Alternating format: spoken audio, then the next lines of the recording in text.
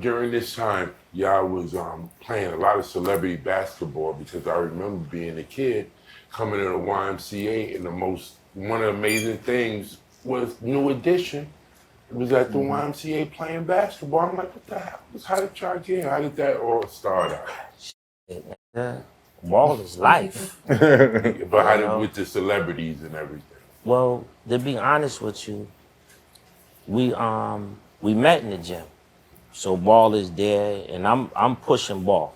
That's in the doc too. I'm showing you how celebrity games came. I'm pushing Ball, and then one day, my mom told our managers, "You're gonna stop just making them do interviews. You're gonna stop just pushing my kids around. They need to have some fun." So they said, "Okay, well, what do you think they should do, Miss Bivens?" She said, "Let them play ball." She didn't really know what she was saying, but she was trying to get off the work to do some kids. Right. And you know our first celebrity game was against? The WBLS short shots. So we got these bearded niggas with elbow pads and knee pads, 7 feet tall, looking like Kareem, and we out there dipping and shit, and they looking at us like these little motherfuckers think they doing some shit. And then we was like, we tired of playing them. See, they too old. Then they took us uptown, PS 201, and it was so motherfucking packed out there, man. We had a half of a gym packed with 2,000 girls and boys outside. So after the first half, we kicked everybody out the gym and brought in a whole new crowd. So we in there playing ball, and this one nigga initiated me as a ball player because I thought I was this shit. I met a nigga named Mike Boogie, and he from Harlem, and he shook the shit out of me. Shout out to Mike Boogie. You know Mike? Yeah, of course. Yeah. So Mike, I'm thinking, you know what I'm saying? Big, I'm thinking like this. I'm Boston, we New York. This is it. Yeah. And I'm moving this shit, and I'm like, damn, I'm on skates. And then I'm like, okay, this is New York ball. So a nigga like me, I'm thinking I'm nice, and I was nice. And when you do this shit, you know what this is in ball? They call that open it up. Right. Told them motherfuckers open it up. And I'm yap. And I tossed it to a big nigga, and he boofed it backwards. And I got this sanction from Mike. He said, damn, little nigga, you got me back.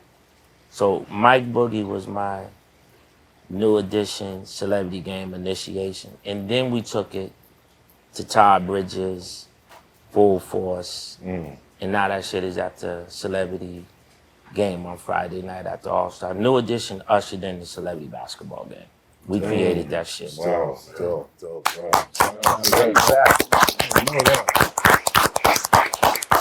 Yeah, ain't no way to... I know you know the business in and out. You figure out how to get a check out of that?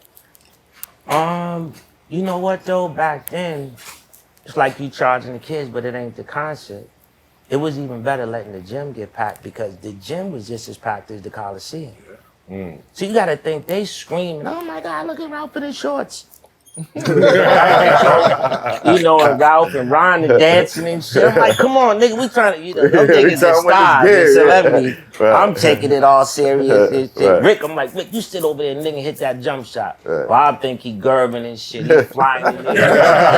Motherfucking wall would go like this. He was like, I look good though, right? So, we felt like it's better just let them come in and make it look packed than to charge them. Because we're going to see them later at the Coliseum anyways. Right. And it was just another way to interact and to connect, which was different because, we R&B niggas. But y'all really miss something. And I know y'all is hip-hop niggas and real niggas, but let me ask myself this question to answer a question you might have not known. What people don't know about New Edition, besides the Candy Girl, the Cool It Now, and that is, when this rap shit was popping in '83, right? We would go on tour and play Coliseums, but the Houdini, the Fat Boys, Run, Doug and Slick, UTFO, they couldn't go into the big house because of the beefing, so the promoter couldn't get the insurance for the building. So, when we went on tour, we would headline It'd be Houdini, the Fat Boys, Run, Dougie Fresh. To get So in if the you building. right, so if you came to a New Edition concert as a 14-year-old, you sat through 5 fucking rap acts because they couldn't move around. So we kind of helped hip hop move into the Coliseum, right? Got you. So check this out. One day, we get the call, and I think we were here doing something, and they was like, "Yo, can y'all come by the set?" We was like, "What set?" It's like Crush Groove. We was like, "Well, what is that?" They're shooting a movie, Yeah. right? And we was like, "Oh shit!" And I think we had our silver outfits with us and shit. They was like, "Yo, come film this scene. We don't know what the scene's gonna be, but we want to just say thank you." So we went and did the Crush Groove with, you know, running them and Blair and all of that. And that was hip hop's way of saying thank you for what we did for the concert. That's why we're the only R&B niggas in that movie. So, That's official right there. Salute.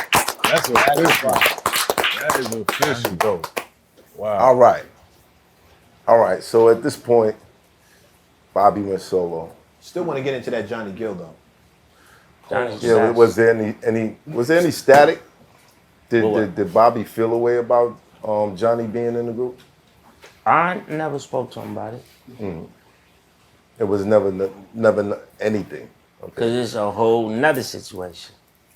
So he ain't had nothing to do with that. Did it take long to get acclimated to a brand new? Well, that's kind of in the movie. That's the version we want y'all to have. guy? And I won't want to do that to you, man, because you ask good questions. But I just feel like what we said is what it is. So we'll see it in the movie. Yeah, just look at it this way. He was a blessing. We worked it out. He brought a hell of a sound. He helped make the Any Heartbreak album have maturity. And his only biggest adjustment was the routine. But his voice was impeccable. He's like the big bro today. And I say it all the time, like, it's like a woman. You know what I'm saying, sis? It's the 9 months and shit. I want a pepper steak and cheese. I want French fries. I want ice cream. And then the baby, she's screaming. And then boom, the baby comes out, you hoist it up, and it's beautiful. That's basically what we went through. Just a lot of growing pains. But the Any Heartbreak album turned out to be a beautiful Fire. child. Yeah. Fire. But it was so much shit. Now, let's go back to this question. Can You Stand the Rain? Is Jimmy Jam and Terry Lewis's version of our dissension. Sunny Days. Did you enjoy, loved them? That's when the music started coming from what was popping. with Art us. imitating life. Yes. Okay, And gotcha. the video, Art started the imitating life. newspaper said is New Edition lost it. It's New Yeah, Edition because over. Jimmy and Cherry felt this, so they put it to music. That's why that record hits a little different. It's really about us. So, So out of all of the great times y'all had when those rainy days came, can you withstand it? can you stand Can it? you stand the And then rain? Johnny's song, Boys to Men, his only solo record on the album. That was the next thing to take us over. You know what I mean? And then 40 years, nigga, If It Isn't Love.